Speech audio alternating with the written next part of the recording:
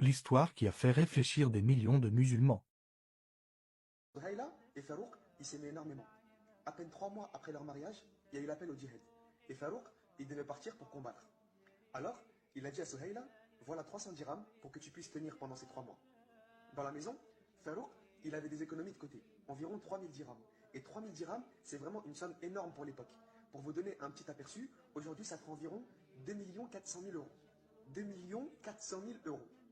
Et il lui dit à Suhaïla, touche pas cet argent jusqu'à ce que je revienne, c'est une amana. Et je reviens dans 3 mois, Inch'Allah. Donc, 3 mois sont passés, 6 mois sont passés, et toujours pas de Farouk à l'horizon. 9 mois sont passés, et Suhaïla donne naissance à un petit garçon. Et toujours aucun signe de Farouk. 1 an est passé, 1 an et demi, 2 ans. 2 ans et demi sont passés, et là, il y a un homme qui revient du champ de bataille et qui dit à Suhaïla, Farouk est mort. Maintenant, elle sait que Farouk est mort.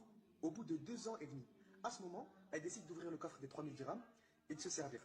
Subhanallah, pendant 2 ans et demi, elle s'est débrouillée avec 300 dirhams et elle a obéi à son mari. Ça, c'est une épouse pieuse. 3 ans sont passés et elle s'occupait de son petit garçon. Elle utilisait cet argent pour payer ses études et son éducation islamique. Tout ça, ça se passe à Médine. Au bout de 30 ans, Suhaïla, elle pensait toujours à Farouk parce qu'il s'aimait énormément. Elle se disait Farouk, mon héros, il est mort en martyr, quel grand homme, etc. etc. Et quand il était parti pour le djihad, il s'est retourné 2 fois pour la regarder. Et là, Suhaïla, elle l'a poussé en dehors de la maison et elle lui a dit, crains Allah, va chercher le paradis, ne t'inquiète pas pour moi, je te retrouverai là-bas, Inch'Allah. Elle l'a poussé en dehors de la maison. Et il est parti. Regarde le genre de femme, subhanallah. Donc, 30 ans après, imaginez Médine. On s'envole de Médine. Google Maps, on parcourt la terre à l'autre bout du monde et on arrive aux frontières de la Chine, dans les campements musulmans qui défendaient le pays.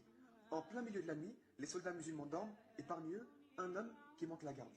Cet homme, il regarde le ciel, les étoiles, il se met dans une ambiance romantique et il commence à réfléchir. Et il se rappelle d'une femme qu'il avait, une femme qu'il aimait énormément. Alors, il commence à se demander comment elle va, qu'est-ce qui s'est passé, est-ce qu'elle s'est remariée, est-ce qu'elle est morte, est-ce qu'elle est partie vivre dans un autre pays, etc., etc. Et il commence à devenir fou. 30 ans de djihad, à défendre les musulmans, à se battre pour Allah, et il était toujours vivant, subhanallah. Et cet homme, au bout du monde, sur les frontières de la Chine, c'était qui? C'était Farouk. Il était toujours vivant. Quand il a goûté au djihad, il ne pouvait plus s'arrêter de combattre pour Allah, ça y est. Donc, il ne pouvait plus retourner chez lui. À l'autre bout du monde, il commence à penser à Sohaïla. Il commence à devenir fou à force de penser, de se poser 1 milliard de questions. Ma femme ceci, ma femme cela, imagine ci, imagine ça, c'en était trop. Le matin, il va voir son commandant. Il prend sa permission pour retourner à Médine, il monte sur son cheval et il galope, il galope, il galope comme le vent. Imagine, subhanallah, de la Chine, il est parti de la Chine. Plus il s'approche de Médine, plus son cœur y bat. Plus il s'approche de Médine, plus il se pose des questions qui le rendent fou. Et il galope, il passe par les Perses, il prend des routes, des chemins, il remonte l'Irak, il continue, et il s'approche de plus en plus de Médine. Et là il se dit, et si elle était morte? Si elle s'était remariée?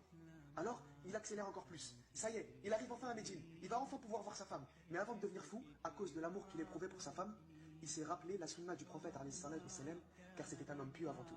Il décide d'aller donc prier ses 2 unités de prière à la mosquée du prophète, car il revient d'un voyage. Et c'est la sunna.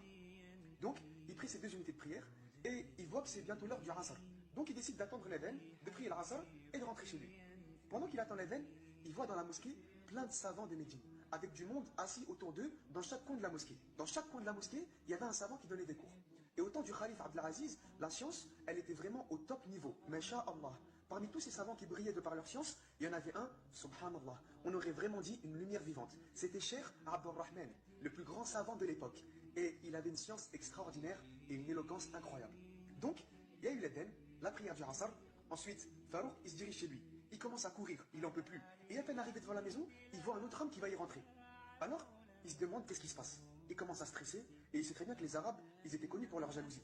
Alors l'homme qui est devant la maison, il lui dit, hé toi, il l'attrape par le col et Farouk il lui dit, mais c'est ma maison. L'autre il lui dit, non, c'est ma maison. Alors il commence à se battre. Et les gens de la ville, ils arrivent en masse pour voir ce qui se passe. Et ils disent à Farouk, laisse-le tranquille toi, c'est sa maison. Et Farouk il leur dit, non, je suis Farouk, ceci est ma maison.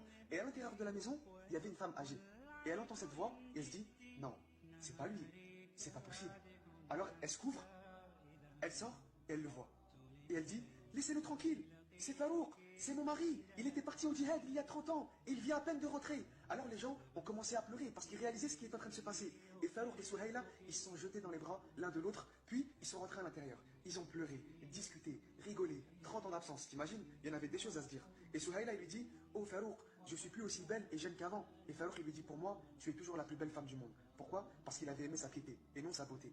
Et après avoir bien rigolé, etc., ils reprennent un peu leurs esprits. Et là, Farouk, il lui dit, dis-moi, Souhaïla, tu sais, avant de partir, j'avais laissé un coffre avec 3000 dirhams. Qu'est-ce que t'en as fait?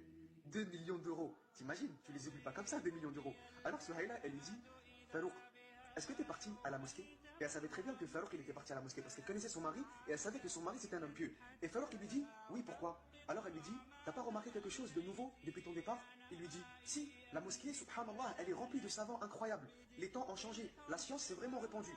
Et Souhaïla, il lui dit, t'as remarqué un savant en particulier? Il lui dit, bien sûr, il rayonnait de lumière parmi tous les savants. C'était le plus lumineux. Alors elle lui dit, qu'est-ce que tu donnerais pour être cet homme? Il lui dit, je donnerais n'importe quoi pour avoir autant de science que lui. Et elle lui dit, tu donnerais même 3000 dirhams pour ça? Il lui dit, oui, sans hésiter. Alors elle lui dit, et si c'était ton fils, tu donnerais autant? Il lui dit, je donnerais même plus. Alors elle lui dit, c'est ton fils, Abdurrahman. Son fils était le plus grand savant de Médine.